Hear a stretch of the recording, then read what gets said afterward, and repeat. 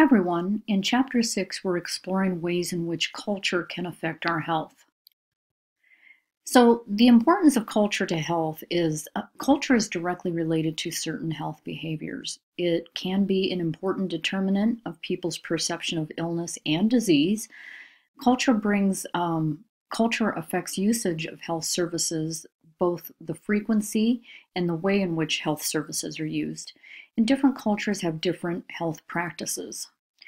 Before we dive too much into the concept of culture, I want you to think about how culture may play a role in uh, just celebrations, the way in which we think of food, the way in which we celebrate occasions, not only as regards to our health and the way that we utilize health services, our beliefs on how illnesses and diseases are contracted. You can see that culture really does play a huge part in health overall. So, we need to define culture as the behavior and beliefs that are learned and shared. So, these can include influences from family, social groups, communication, religion, art, politics, economy.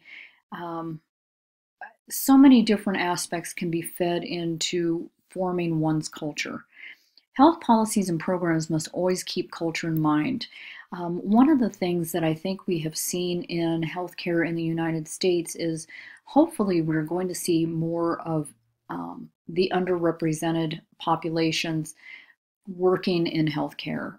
I think as we read this chapter, we're going to see that because of the different cultures and the different belief systems in place with regards to health, because it does affect the way that one would utilize healthcare when they do seek help, how they seek help. I think it's important to have someone within one's culture working within the healthcare field as well. I don't have any formal studies to quote, but I do know that we overall, in my 30 years experience, have seen better health outcomes, better compliance with patients, especially in managing diseases like diabetes and um, heart disease, when that is communicated within one's own culture. So that was kind of a mixed up jumble of explanation, but perceptions of illness, we touched on that just a moment ago. So illness is personal, interpersonal, and cultural reactions to disease or comfort. You may have an illness without a disease. Illnesses, perceptions of illness vary across groups and cultures, and one culture may view certain signs or symptoms as an affliction while others consider them completely normal. As our textbook points out, malaria is a really great example. In certain populations, malaria is so common that people fail to recognize it as a disease or an illness, whereas in our culture, malaria would be devastating. It would definitely be seen as a disease or illness, definitely outside of the norm. Perceptions of disease.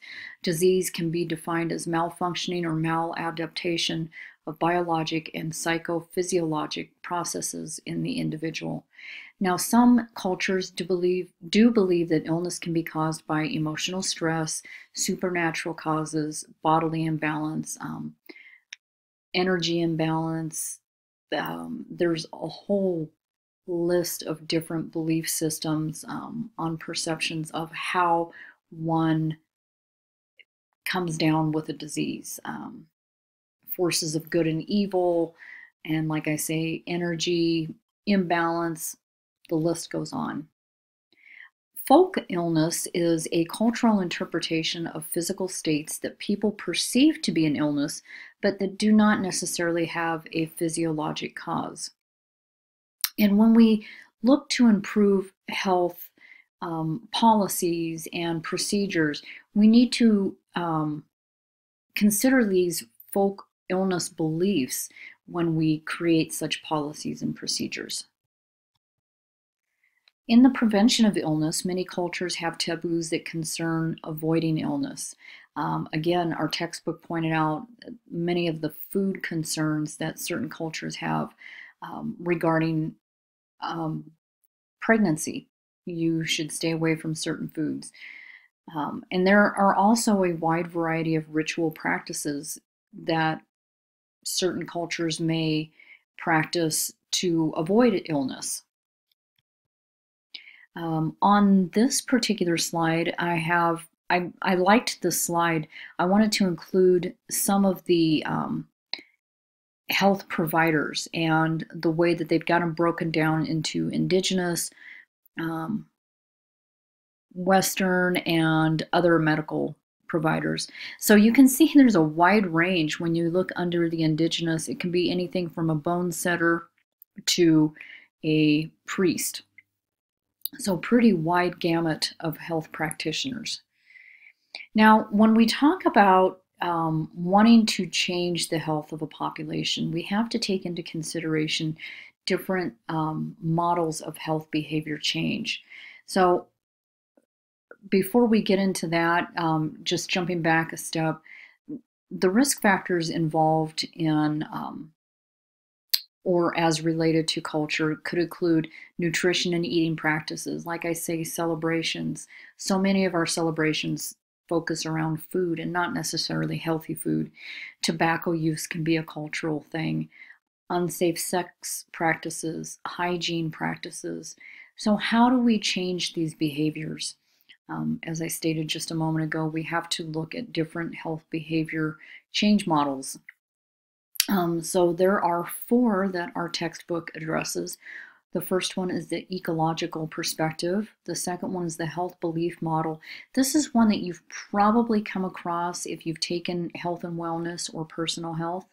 Also the stages of change model. That's another very common one. It's definitely the one that I'm most familiar with as a health educator. And then the diffusion of innovations model. I'm not going to go into detail on these health behavior models, health behavior change models, because I think the textbook does a really good job of diving into them.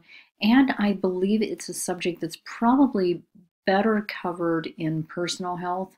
I'm glad that they touched on it in global health, but I don't want to dive too far into it.